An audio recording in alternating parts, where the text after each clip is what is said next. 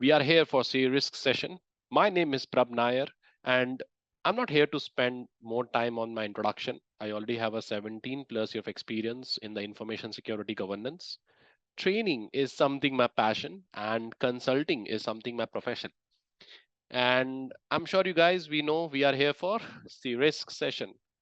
In this particular session, we're going to discuss about how to prepare for C-Risk. In ISACA, C-Risk is the one of the difficult certification we have. See, is it easy for you to clear CISSP? Sorry, CISM, and somehow it's going to be easy for clearing the CISA also from audit perspective. But C-Risk is very dynamic in nature because risk itself is very dynamic. And here we are to discuss about the important tips and tricks that you need to know while preparing for this particular exam. So if you can see here, we are the InfoSec train. We are the accurate partner for ISACA, and we deliver a lot of training on GRC, SOC, cybersecurity, pen testing. So if you can see the full form of a C-Risk, here is it's mentioned certified in risk and information system control. That is a full form. So see, when we're talking about information system, it is all about PPT, people, process, and technology. Can we say? Can we say? Right now, we are using a Zoom, right? So there is a technology behind the Zoom which providing a session. There's a people who basically supporting that. And Zoom itself is basically generating a data. So can we say this is the information system which is working together and it basically creating a value for us because for us, we are the stakeholder for them.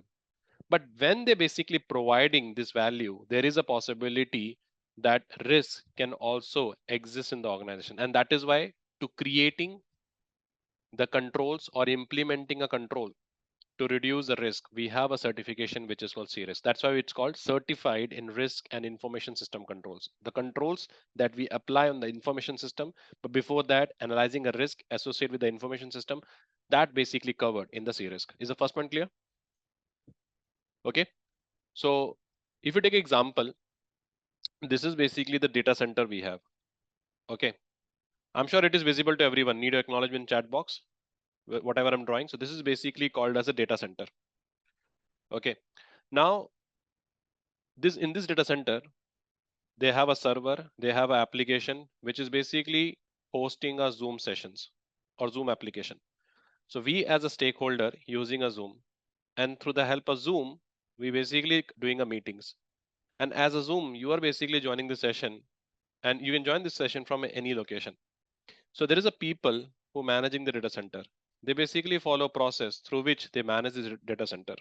So if you take an example now, there is a one process we follow in the company which is used to manage the incident. What is the name of the process? There's a process in the organization which is used to manage the incident. That is called incident management process. There's a process which is basically used to deploy the patches in the data center. What is the name of the process? Patch management process. What is the name of a process which is used to manage the configuration? Configuration management process. So here people follow the process by which they manage the technology. So identifying the risk on the people level, identifying the risk on the process level, identifying the risk in the technology level so that we can able to apply the appropriate control. That is the agenda of the series. Is this clear to everyone? Because I want to start from very basic. That's why the full form is certified in risk and information system. And this session is based on the syllabus of 2021. Before we basically go to the next statement about C-Risk and all that, can we have a basics? Can we discuss about basics of C-Risk? Because that is also very important, right? Correct me if I'm wrong.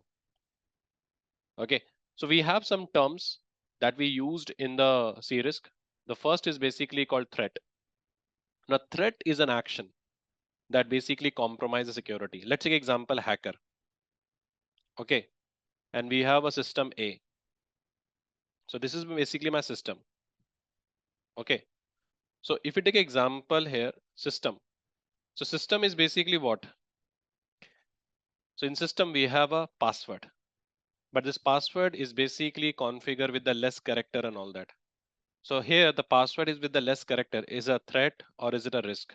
This is called as a vulnerability because here the weak password is basically called as a vulnerability. Is it clear? So here what happened, hacker basically exploit this weak password through which he gain access to system. So hacker is a threat which trigger the action, vulnerability is a weak password, and gain access system is the impact. And that impact is basically creating a loss for the company, and that is basically called as a risk. Is this clear to everyone? So threat is basically anything which is basically creating a trouble. Okay. So let's take example, you are on the phone, okay, and neighbor is looking at your phone. So can we say that is a threat for you? So you are a user here, you looking on the phone, and there's a neighbor who looking at your screen. Is it a threat? Definitely, it's a threat. Okay, because there is a vulnerability in your phone, is it is visible to him. Okay, and what is the risk? He or she might see the information and he can share with others. So that is a reputation loss for you. So that representation of a reputation loss is basically called as a risk. Is this clear, team? So threat is anything which basically trigger the action. Anything. So anything which is deal with the action is part of a threat. Always remember. Okay. Then second is basically called as a vulnerability. Vulnerability is basically called as a weakness that we see in the system. Can we say when we don't lock the house, or we lock the house with a weak lock, so that is a vulnerability because anyone can break? Is it possible? Yes, it's possible. So here what happened when threat, so the question is basically we have a server here. Okay, we have a server. Now the question here is basically when the hacker, okay, try to hack the server, that is a possible. So this condition is basically called as a likelihood. Likelihood mean when threat is basically exploit the vulnerability. Team clear? If the server is basically exposed to the internet, if the server is basically exposed to the internet, can we say we have a more probability of exploiting the system? If the server is exposed to the internet, they might receive more attacks. So here that is what happens. So hacker is basically tried to hack the server. So chances of that is basically high. And if he hack into the server, he can have a disclosure of data. So that is basically called as an impact. But that representation of likelihood and impact is basically called as a risk. Is it clear? So likelihood is nothing. It is all about the probability of occurrence. And if it occur, what is the impact? So impact representing high, impact representing low, impact representing medium. So overall value is basically called as a risk. Let's say example, we have a C risk certification. Okay, in C risk, there is a possibility that control topics testable in the exam. Let's take example, control topics is coming in the exam. There is a possibility. Okay, so control. So you are weak in this particular topic. So can we say that is your vulnerability? You are reading a C risk and you discovered you are weak with controls. You have a very limited understanding of the control. So can we say that is a vulnerability? Definitely. And what is a threat? If they ask question from that area, right? Yes or no? Can you predict? Can you drop a mail to one day before ISACA? Hey guys, I have an exam tomorrow. Can you don't ask me this question? Is it possible? Can you request them? No, we cannot request them. So we cannot predict the threat. We cannot predict what question they can ask in the exam. So question is a threat for me. Vulnerability is if I don't prepare. So what I can control? Vulnerability or threat here? What is the thing I can control? Threat or vulnerability? This is the interview question also. What we can control is vulnerability. Is it clear? So here what happened, we try to pass the vulnerability. So because if threat is basically trigger also, we'll have a limited impact. With this understanding, understood threat vulnerability. Now we don't know, but Prab told there is a 4 question can be asked in the exam. Out of which, if you don't able to answer any, okay, the impact is will be high. What is the impact? You might lose $745, and that is a risk we have that we lost. Is it clear? So that's why the formula of representing a risk is likelihood and impact. Okay. How we categorize a likelihood? We create this kind of a matrix table. Like if this activity happening in every 1 month, so risk is basically high. Likelihood is high. If it's happening in every 6 months, it is medium. If it's happening in a year, then it is low. Impact. So we also create an impact matrix that if it's a confidential data compromise, it is basically called as a high. If it's a business process data compromise, it is medium. If it's an organization data is compromised, it is low. So here we doing the assessment where we try to discover, okay, hacker tried to exploit the system. What is the chance of happening? It is happening in every 1 month. So likelihood is basically high. And one time even it trigger it compromise the confidential data. So confidential data impact is basically also high. So overall value we basically give the high. So this is basically the risk we have. So what we are doing is we're trying to introduce a control to reduce the risk, and this is called as a countermeasure. See, we have a two type of control. One is called safeguard and one is called countermeasure. Safeguard is basically called as a preventative control. And countermeasure is basically reactive. This is basically we introduce after implementing control. So can we say, team, when you're wearing a mask or having a vaccination, so it is a countermeasure or safeguard. And once you basically have a COVID, you isolate yourself from the family. That is part of countermeasure. So countermeasure is always reactive. Is it clear? And the risk which is left after implementing control, that is called as a residual risk. So we have a two type of risk, inherent and residual. Is it possible to reduce the risk to a zero? Answer is no.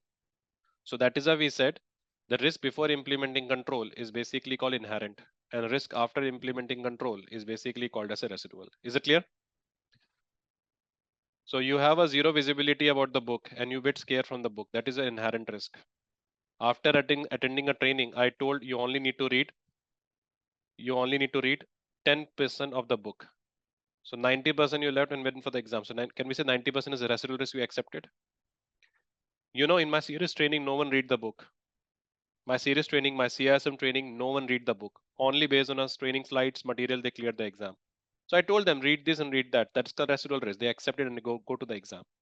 So before we going to learn about C risk, you should know these statements: threat, vulnerability, likelihood, impact, countermeasure, residual risk. So summary is threat is an action, vulnerability is a weakness. Okay. Likelihood is chance of occurring. And if it occur, impact. To reduce the impact, we have a countermeasure. And after implementing countermeasure, the risk is left. That is basically called residual risk. Okay. Risk is always negative or it can be positive also. My question is basically risk is a positive or risk is always negative? Risk is basically both. It can be positive also, it can be negative also. I'm taking serious certification because it's giving me hike. So here I'm taking a risk for the positive perspective. But later on I got to know by doing this particular training and certification company will not sponsor. Okay. And there's no hike also. Will you take that risk? My question is, will you take that risk? The answer is no. So in that case, risk become a liability. So why we take risk? Whenever we basically take any new initiatives, whenever we take any kind of a new functions, we always take risk. Agree, team? When you go for a gym, you take a risk. Either it make your body or you might get a strain. Agree? Yes or no? But we going with the positive mindset. We need to increase. We need to gain the weight or we need to build the body. But when we go with that mindset, we also need to accept there will be some, what you called, some problem will be there. Okay, what do you call that? What we call it when you're taking a too much, machines and all that, it creating muscle strain, injury. Exactly. So injury is basically impact your body. So to reduce the injury, what you take? You basically take a PT, personal training, and the personal training will basically give you the proper guidance. So when you're talking about the C risk, so when you are basically, in India, what happened is we have a marriage. The marriage date has been decided. Okay, the marriage date is decided is basically 27. Okay, every day there is a relatives come to your house, bring the marriage proposal. So here they are the threat or vulnerability for you. They bring a proposal every day, a marriage proposals. That is called as a threat. Can you predict what time they will come? No. What is a vulnerability? Vulnerability is basically here you say no to that or you say yes to that. Because of a nature, you said yes to the proposal. So that is a vulnerability. And what is the chance of saying this? High. Every time they come, you say yes. The impact is basically marriage impact will be a life impact. Is it clear? So what is a countermeasure? You basically run away from the house. There's a still chance when you go to other country also there's a possibility of getting married, but still the impact is basically less. Residual risk is basically mean the risk which is left after implementing control. Durgesh, clear? Residual risk is basically the risk which is Risk is left after implementing control. And inherent risk is basically risk before implementing control. So when you're talking about risk, traditionally, we use a definition called threat into vulnerability. But according to the ISO 31000, we basically use the definition called effect of uncertainty on the objective. Now, objective can be positive also, objective can be negative also. Is it clear? Objective of that particular initiative can be positive also, and it can be negative also. Okay, like example, once you clear the C risk, you get a hike. So it's a positive effect of taking the risk or negative effect of taking a risk. Once you cleared the exam, you took the risk and paying $750. And once you cleared the exam, you got a salary hike of $2,000. So is it a uncertainty of the positive effect or uncertainty of the negative effect? It is a positive. But if you fail, you have to pay from your pocket. That is basically called uncertainty on the negative. So that's why we have a two things here: risk versus incident. Is both are same or different? Risk is always, we say, probability. It is not something which is already occurred. But if it's already occurred, then it is called as a incident. Risk is something which is not occurred, it about to occur, or there is a probability of occurring. That is basically called as a risk. But if it is a confirmed issue already, then it is not a risk, it is a incident. Okay, when marriage proposal come to your house, okay, that was a risk. It is not a confirm. But when you said yes to that and you got married, that's an incident. So incident is something which is a confirmed activity which is already occurred. Second example, company has decided to move data in the cloud. Company has decided to move data in the cloud. Okay, they have not did yet. They're planning. So before they upload, they do the risk assessment. What will be the impact? What will be the issue? What is the governance issues? It is not already occurred. They are doing this assumption. Okay, so this is a risk. But if they already upload the data and it is already hacked by the hacker, is it a risk or it's an incident? It is a incident. Is that clear? So don't worry when you're attending my series batch, in that you get all this in a more effective manner. So when you're talking about ISO 31000, it talk about enterprise risk management, which cover all kind of a risk. But 27005, which talk about the information security risk. So 27005 is a subset of 31000. So C-risk say the definition of risk is combination of probability of event and its consequences that represent as a risk. So that is why we said when you're talking about C-risk, stand for certified in a risk and information system control. So when we talking about certified in risk and information system, as I said, information system, thank you. Information system is all about people, process, and technology. Okay, people, process, and technology. Discovering the risk in that and applying the control, that is the role of a risk analyst, and that is what we learn in C-risk. Okay, so C-risk is basically a certification offered by ISACA, focus on, you can say, equipping with professional with the knowledge and skill which is need to identify, evaluate, manage the information system technology risk within the organization. Is it clear? So that is the goal we have. Okay, so this is a certification which basically managing a risk of this vertical. Okay, so it is basically used to verify your experience in developing a well-defined agile risk management practice. Along with that, it is basically help you to identify risk, analyze, evaluate, assess, and prioritize and respond to risk. Is it clear? We'll discuss that. We'll discuss that. Don't worry. We'll discuss that. Okay. Before we discuss about the C risk in detail, I want to give you an idea about the governance and management. Okay. So let me show you one video.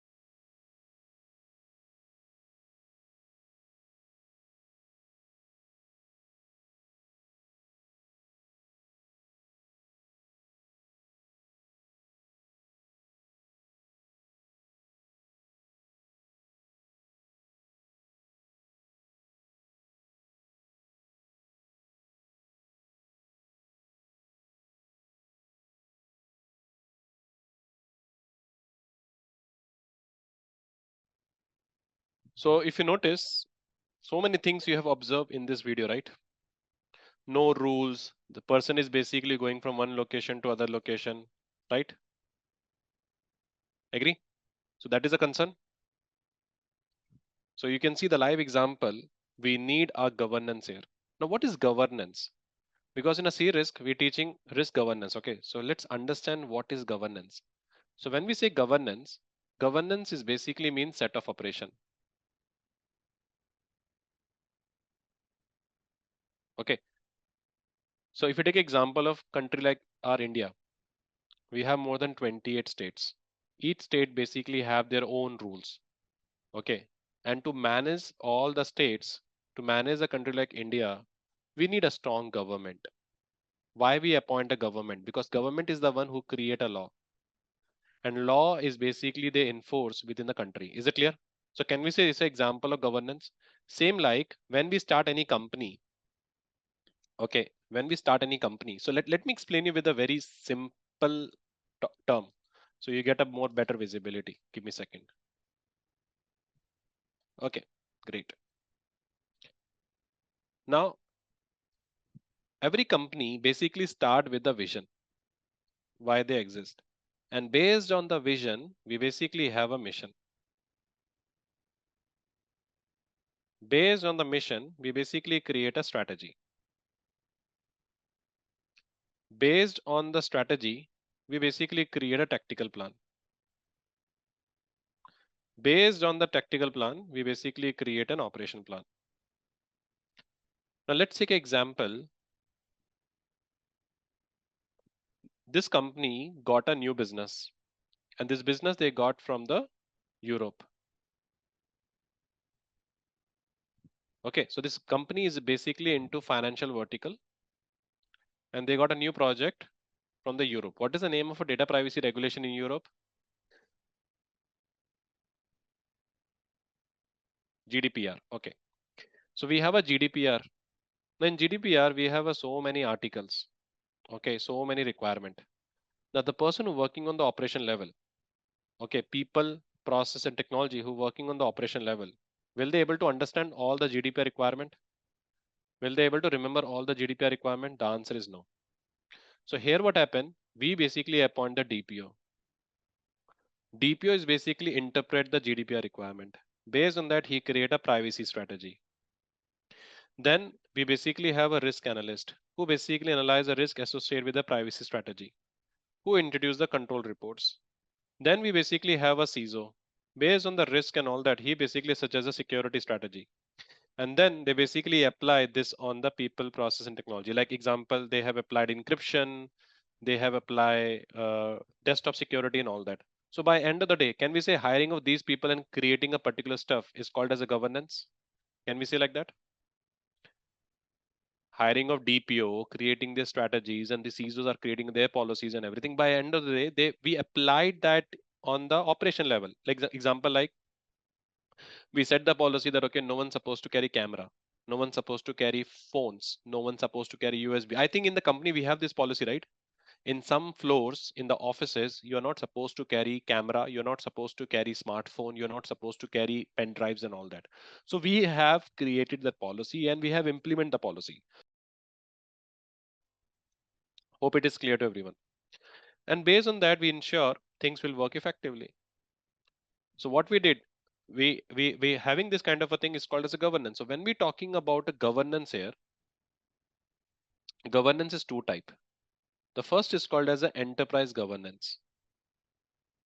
Enterprise governance is basically all about board of directors and senior management. They are the one who run the show. Okay, under the enterprise governance, we have a multiple governance. One is called as a IT governance. They are the one who run the IT operation. Then we have a information security governance. Then we have a risk governance. Now, IT governance basically introduces the IT strategy. They hiring the CIO. They're creating a policy. Information security governance create their policy, their strategy support the IT. Risk governance basically creating their process and all that. So everyone is basically having their own set of functions ultimately to create a value. So thin line difference is governance is all about set of operation who run the show. That is why if you can see here, Governance is all about set of operation, and management is all about implementing that operation. I repeat again, governance is all about setting the operations, setting a direction, and management is all about implementing the direction. So this is how the approach look like, because ISACA is heavily influenced from the COBIT. So in the COBIT, governance part done by the board. They basically evaluate and they basically direct. And then CIO, CISO, they basically build, plan, build, run, and monitor based on the requirement and share the updates. So this is the overall cycle we follow in the governance and management. The governance is basically core governance set by the board and applicable to all the department, and they ultimately creating a value. Okay, so like live example. Okay, so for me, you are the stakeholder. Your what is the first important criteria if you want to join my series program? Y- the objective is basically creating a benefit from that particular function. Agree? The primary objective for you as a stakeholder for infosec train is that you want to gain a benefit from the training. You want to optimize your risk. You don't want to lose the exam. You only have a weekend with the limited resource. You want to create a value. So can we say you are our stakeholder? Can we say you are the stakeholder for infosec train? So by end of the day, we as a company has a strategy, has a LMS program, content, everything to create a value for you. And what is the value for you? Gain the benefit, optimize the risk and resource. So we have a strategy, we have a right trainer, we have a right consultant, we have a right material, which is working together. That's called governance, and that creating a value for your services. Is it clear, team? So governance basically answer a four important questions. Are we doing the right things? So example like you looking for C risk. Yes. So this is basically answer your question. So are we doing the right thing? Yes, we are doing the right thing. So we have a metrics to measure that. Are we doing them in the right way? Yes. Are we getting that done well? Yes. Are we getting the benefits? So these are basically the question we answer when you're talking about the effective governance. And that is the same thing we discuss here. You can see board or director appoint the senior management. Okay. And senior management basically create a strategic plan by the business unit. Analyzing a risk in the business unit is a part of a risk management. Here we have a risk governance. Here we have a risk governance. Is it clear? To ensure there's a necessary risk to be controlled in the business, and according to that, we introduce a process. And we do the monitoring also. So this part is covered in the C risk. How to create a risk management strategy and how to integrate that, and how to monitor that risk with the help of KRI and KPI. Is that clear, team? Do you get the understanding about what is the C risk and what you learn in C risk? So if any new business comes, doing a risk assessment of that.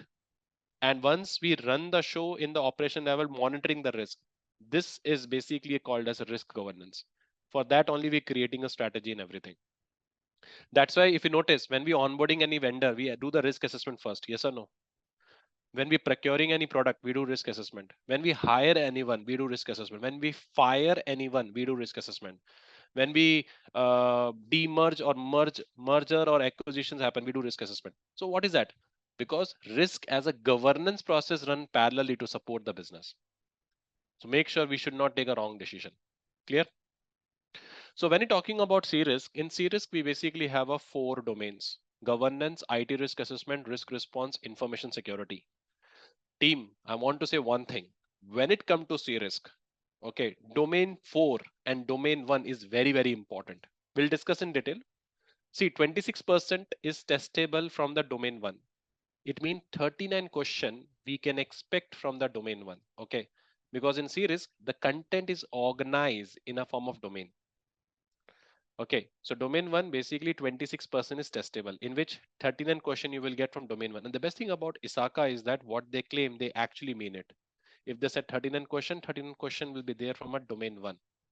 30 questions will be from the domain 2, which is called IT risk assessment. 48 question will be from a domain 3, which is called 32% of the exam come from the domain 3. And domain 4 is 32%, 33 questions will be expect from the domain 4.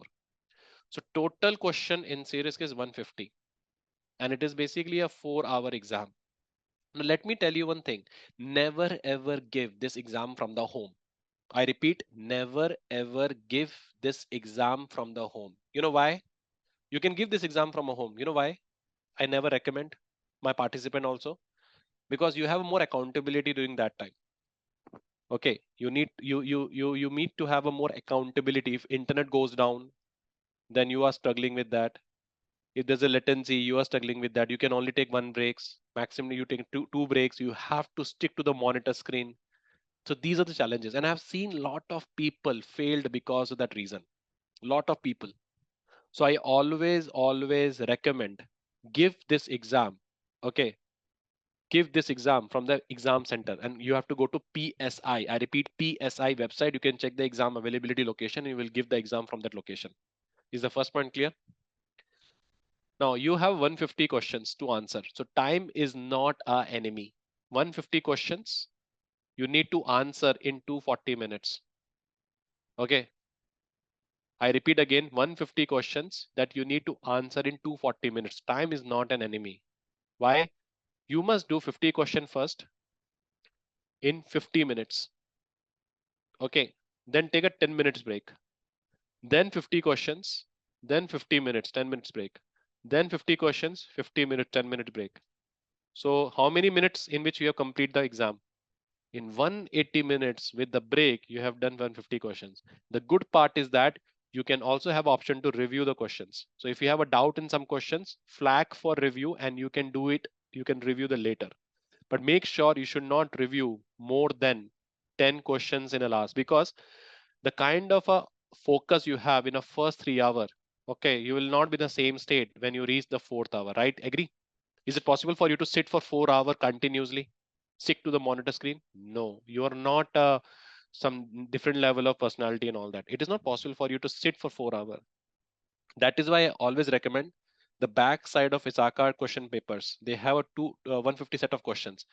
Week before the exam, please make a sit of 4 hour schedule, because we as a human don't have a ability to sit for 4 hours, right? Is everyone agree with that?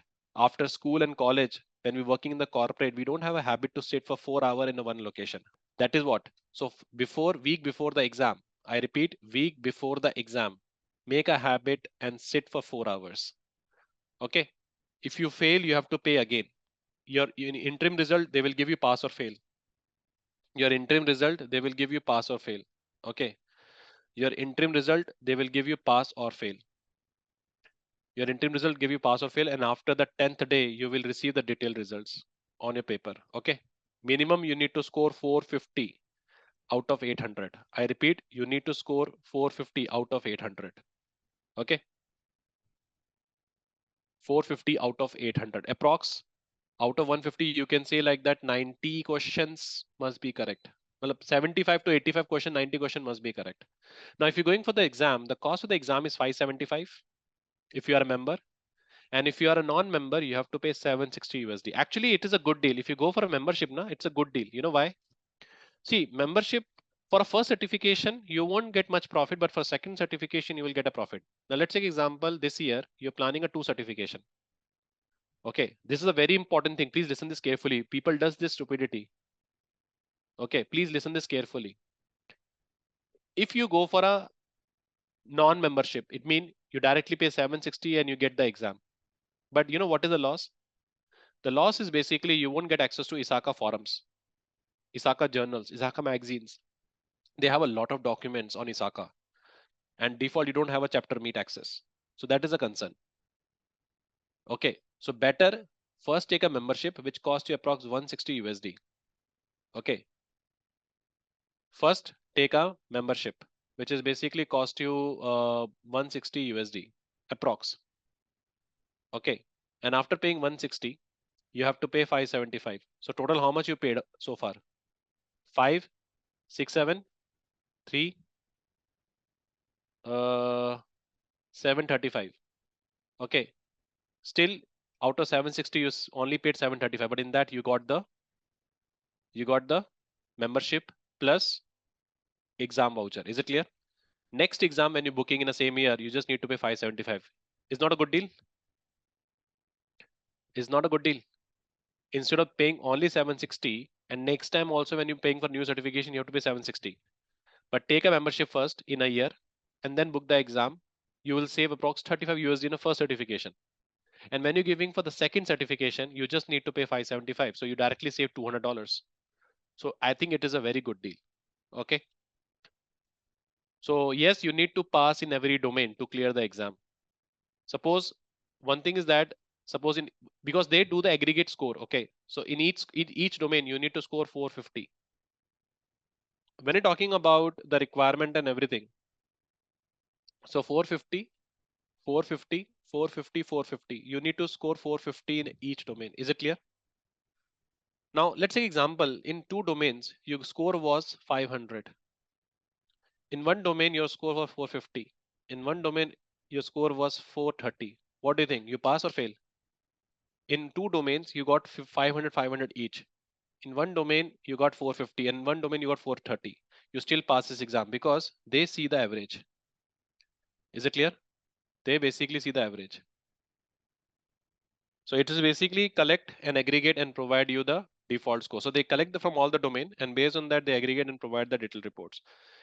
And you know one thing, you do are you aware about reschedule? If you basically reschedule the exam 48 hours before, there's no charge. Eugene, they have their internal calculation. Based on that, they do calculate. Okay. So moral of the story is basically when you're talking about the requirement, is that 450 you have to score, and second is that if you do 48 hours before the exam, if you want to reschedule, you can reschedule free, but you can do only 3 times in a year. You can reschedule 3 times in a year. Okay. Now question is, I used to receive a lot of questions, Prab, what is the ideal job profile we get after clearing this exam? So the answer is basically senior manager. You become a senior manager technology risk, especially banking sector, financial sector, insurance sector. They're looking for a profile like CROs. They have a profile like senior manager, information technology risk, third party manager, risk analyst, information security consultant. These are basically the ideal profiles we have. They can go for, once you clear the serious exam. Is it clear? Yeah, waiting time is there. If you fail in first attempt, then second attempt you can give after 1 month only, Jin. Okay. About so senior manager information technology risk is the ideal profile. People go for it. Then we have a third party risk manager. Okay, this is the kind of learning we have. Then risk analyst is there, who will be more interested, and then information security consultant. So mostly the people who go for serious, their future certification, their future profile, future designation will be like this kind of a things. Apart from that, you can, if you are a CISO, you want to move to CRO, you are a CIO, you want to move to CRO. For that also we have this certification outcome. Hope it is clear to everyone. I'll tell you how the job profile is there. Let's say example, I join a company like MX kind of a company. So they basically hire a risk consultant. Now risk consultant is the one who basically assess the vendor before they onboard. Example. Okay, so this is called as a profile called third party risk assessor. Now question is how to assess the risk. What is the profile we have? So that is basically cover. So here one thing is that you know this kind of profiles is there. Now company is going for the new projects. So when the companies basically go for the new projects and all that, and in that case they want to hire a risk assessor. So they what they do is they assess the risk profile of the function. They assess the risk of the vendor. They assess the risk of the new business. Without the approval, it will not go to others. So that is basically part of the risk profile. So these are the things which you learn in say risk, and after that you can basically go for this kind of a profile. When you're talking about the C risk part, okay. Uh, so domain one, domain two, domain three, domain four we have. Okay. If you want to clear the exam, you need to start with the domain one first to have understanding. So domain one is divided into two part. Okay. I don't want this webinar to be only a marketing webinar. I want to give you value from this webinar. So you should have a complete visibility. So when you're talking about domain one, which is called governance, this basically divide into two part. Okay. So one is basically called as a organizational governance, and second is basically called as a risk governance. Okay. So in the part A, we're going to discuss about strategy, structures. We're going to discuss about the culture, business process, organization asset. And the second part is basically called as a risk governance. We're going to discuss about three line defense, confirm in the exam, risk appetite, confirm in the exam, legal regulatory, confirm in the exam. So these are the some of the statements which is very, very important. Now, as I said, domain one is a foundation. Now, when it comes to domain two, we talk about IT risk assessment because domain one is all building governance. Once the governance is ready, you need to do the risk assessment.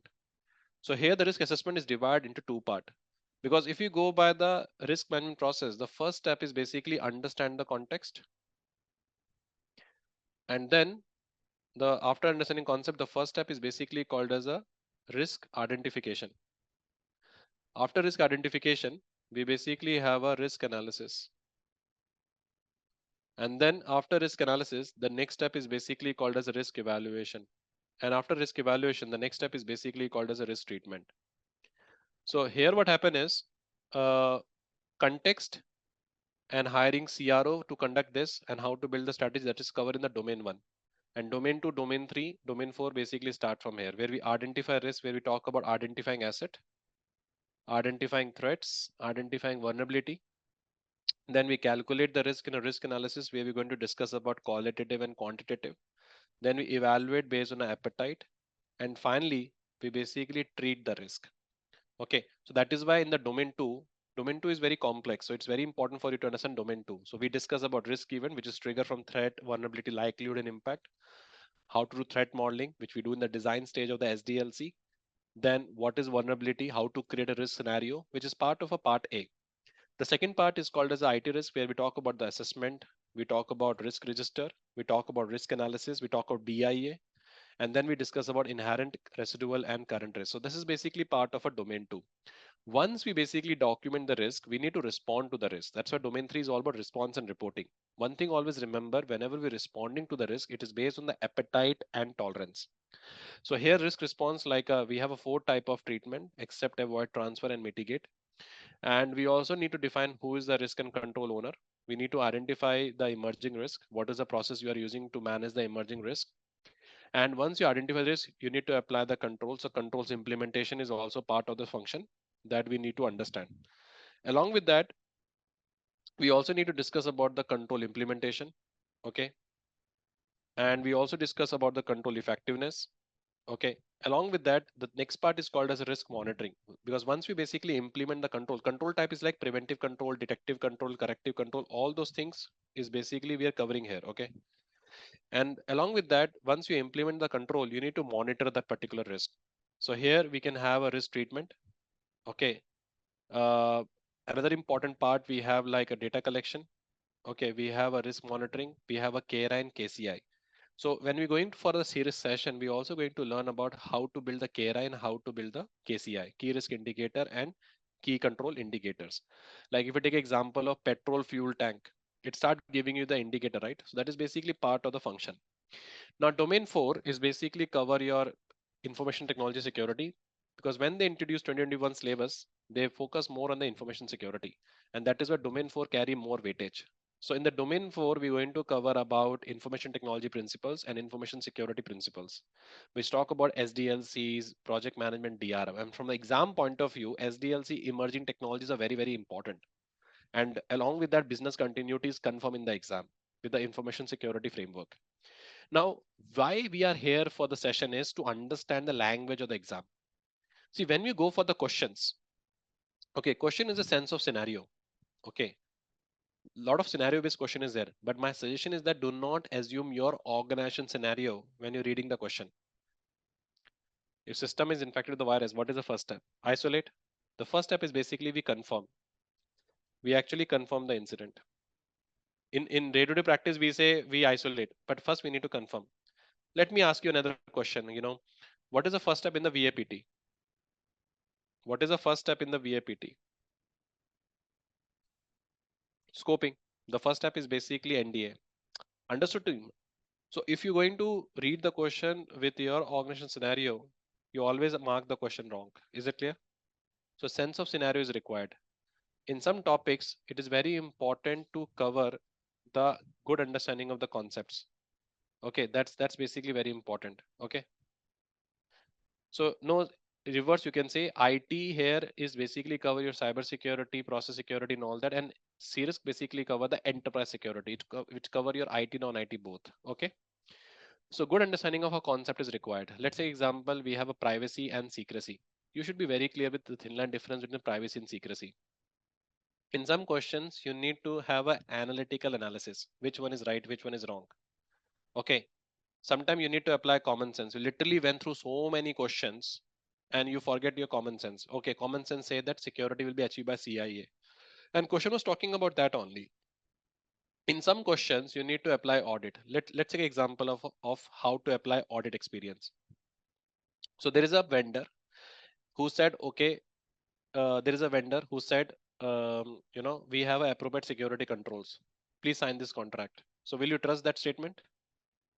So your company has decided to use particular vendor to store your data, and vendor has claimed that okay, they have all the required controls. Will you trust that? The answer is basically no.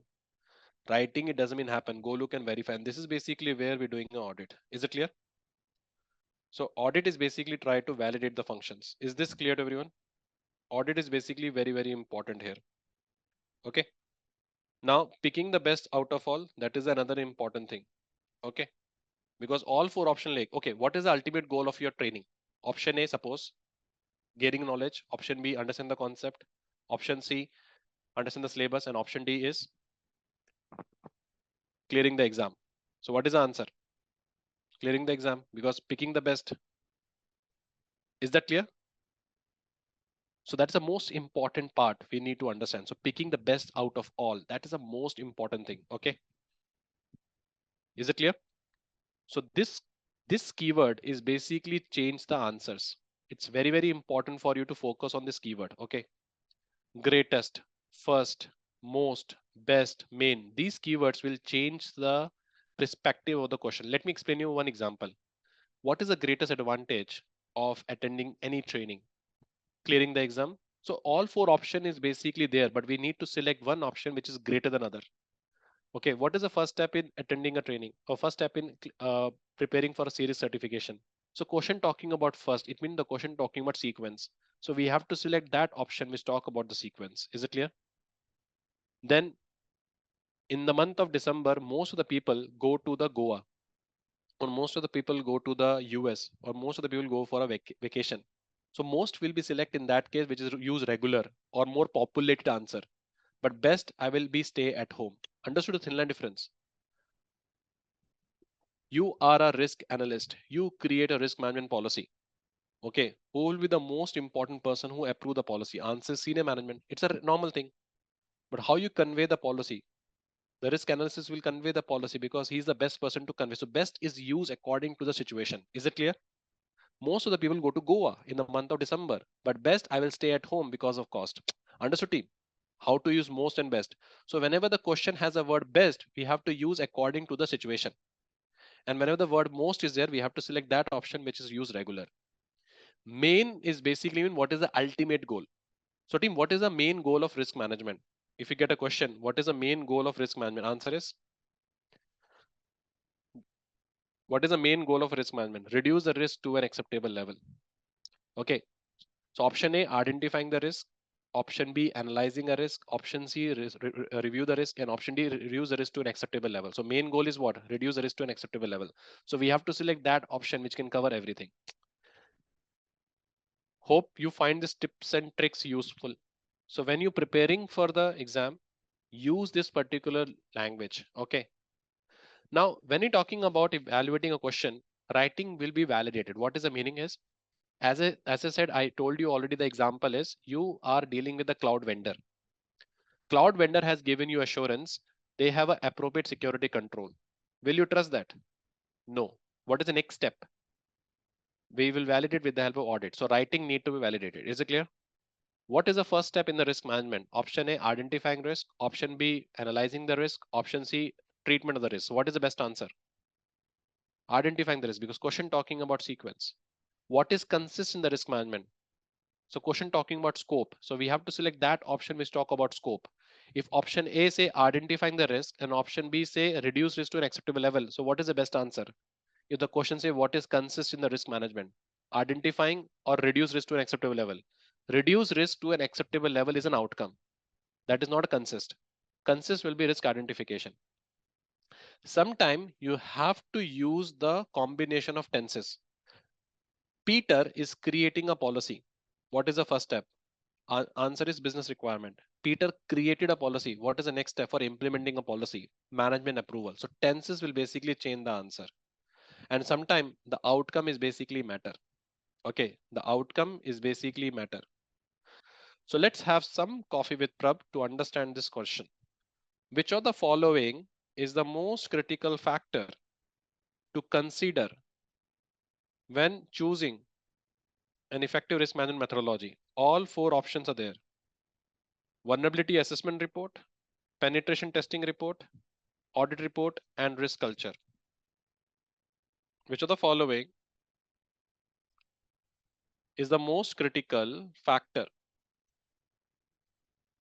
Let's divide the entire question into two parts. So if you see the word here, most critical factor, that is the first part. Second is basically consider when choosing, present tense. They have not implemented choosing an effective risk management methodology. VA, is it most? It's most, but does it give you the high level of risk? No. And we have started, we have not completed yet. Pen test report we will get after when you start a risk identification. Audit report is after outcome of that. Can we say risk culture is the most important part? Risk culture is basically the most important part because based on risk culture only, we define the function. Understood, team? Most basically in more regular. Okay. Second coffee shot. Which of the following is the first step? Question talking about sequence or question talking about outcome? Question talking about sequence or question talking about outcome? Manish, don't be in hurry burry. Read the question thoroughly. Question talking about sequence or question talking about outcome? The question talking about sequence. Which of the following? What? Following mean present tense. First step in identifying. VAPT against what? Audit report is an outcome. So only option left is gather current state of information, which is basically talk about the asset value and everything. So answer is basically C for Charlie. Is it clear, team? Hello?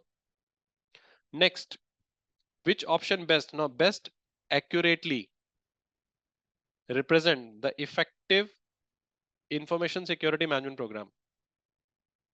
Which of the following, which option best accurately represent the effective information risk management program? Option A, risk security policy. Option B, risk is considered before all decision. Security procedures and risk assessment occur on an annual basis. It's a very good question. Best what? Representing effective security policy, but security policy is not related to risk effective risk management. So that is gone. C also gone. Now we'll have to B and D. Risk assessment is a process. So can we say B? If you say you have a program, the program is mean all decisions are taken based on risk.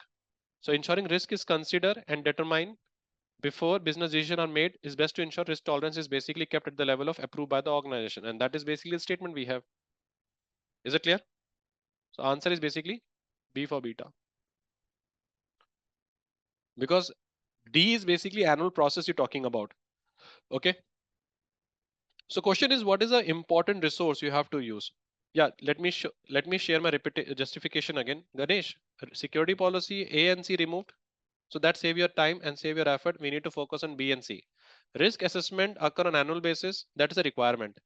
But risk is considered before all decision. It shows the effectiveness of risk management because in every phases we having a risk activities. Is it clear?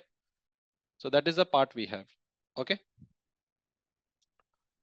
Now here what happened is when you're talking about important resource, Serious Review Manual 7th edition you can follow. Okay, 6th edition we follow. And Risk IT Framework Manual is there, you can follow. And if you're looking for the training, you can join the training. But in that case, if you're attending my training, you don't need to read a book.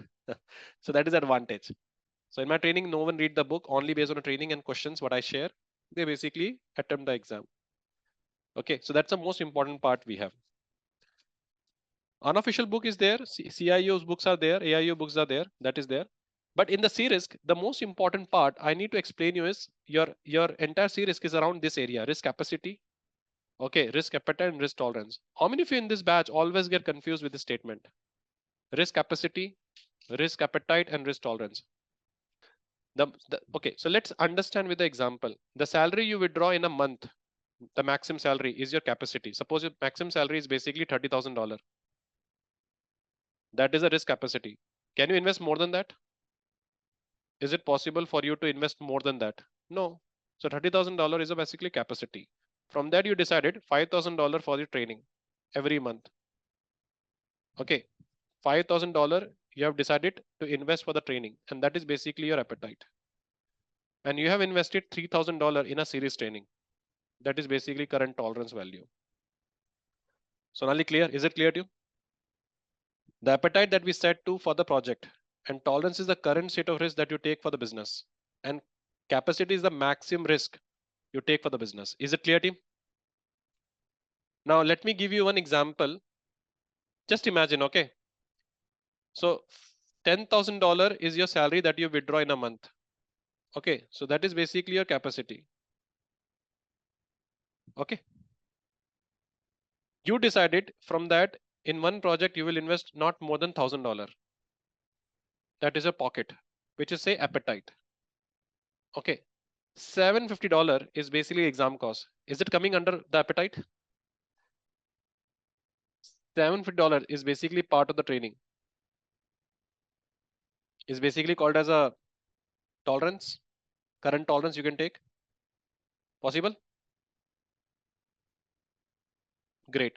Now what happened is in 750, you have also invested around approx $100 for the training. So 850 still under the risk tolerance. But if it basically go beyond the 200 also, example like you went now 1050, it is going beyond the appetite. Is it clear? Then you have to reassess to make sure can we bring. So we give you insurance. If you fail one time, second attempt is free. But you need to pay extra $100. So in that case, what happens? 750 plus $100 plus $100 extra. So overall $950 in which you do the training and all that. So what happened here is the risk is basically below the appetite level. Understood, team? But anything is basically beyond the appetite, which is called 10,000. So beyond the capacity, which is called 10,000. Will you take the training? Definitely no. Okay, if the tolerance is basically go beyond the capacity, we drop the risk. If the risk tolerance is go above the appetite, we apply the control to reduce the risk to an acceptable level. So that kind of a treatment we do. So is this example clear to everyone? Thank you. So that's why I say risk capacity is a maximum risk the organization can afford to take. Risk appetite is defined as the amount of risk on a broad level that entity is willing to accept. And risk tolerance is basically acceptable level of variation that management is willing to allow for the particular risk. So out of following, which one is variable in nature? Out of following, which one is basically variable in nature? Appetite, tolerance, or capacity? The answer is basically tolerance. And it is depending upon the culture. So risk acceptance generally should not exceed the risk appetite for the enterprise. If any risk is basically go beyond the capacity, we avoid the risk. If any risk below the appetite, we accept the risk. But the most important part is based on the management approvals. Okay, and that is called as a risk culture.